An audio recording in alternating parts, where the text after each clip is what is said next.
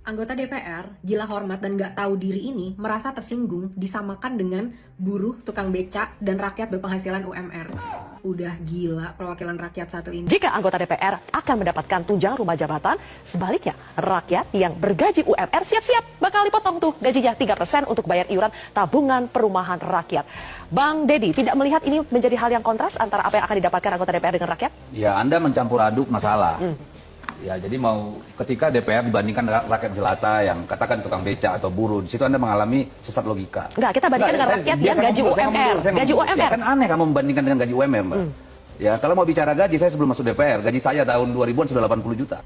Udah gitu nggak bisa menjelaskan apa rasionalnya dia berhak untuk dibayar jauh lebih besar dibandingin tukang becak, buruh, dan rakyat gaji UMR. Udah jelas-jelas kita semua pekerja di Indonesia adalah tulang punggung dari anggaran pemerintah. Dia bayar pajak aja enggak. Jadi siapa yang sebenarnya mengemban tugas negara di sini? Dia bilang gaji saya 80 juta sebelum join DPR. Kecil amat pak, gaji cuma 80 juta. Ketahuan sih, pantesan ngomongnya nggak nyambung. Kalau memang dibilang gaji dari DPR itu rendah, ngapain join DPR? Kita juga nggak pengen punya perwakilan yang arogan, nggak punya logika, ngomongnya nggak nyambung. Emosi lagi nih orang, bener-bener gila hormatnya udah nggak ada obat. Dia minta dibandingin, harusnya bandingin gaji saya bukan dengan rakyat, tapi bandingkan gaji saya dengan petugas BUMN katanya. Mau dibandingin sama BUMN yang rugi triliunan setiap tahun itu, yang di dalamnya korup dan gak becus manajemen perusahaan-perusahaan milik negara. Pak, kalau mau banding-bandingin sama yang lebih bagus, bukan sama yang lebih jelek. Ini aja udah jelas banget mentalitasnya. Dia join ke situ untuk memperkaya dirinya. Nggak ada di situ dia bahas mengenai kesejahteraan rakyat. Nggak ada di percakapan itu dia bahas tentang kontribusinya terhadap rakyat. Ngomongin gaji terdepan, ngomongin hasil kerja.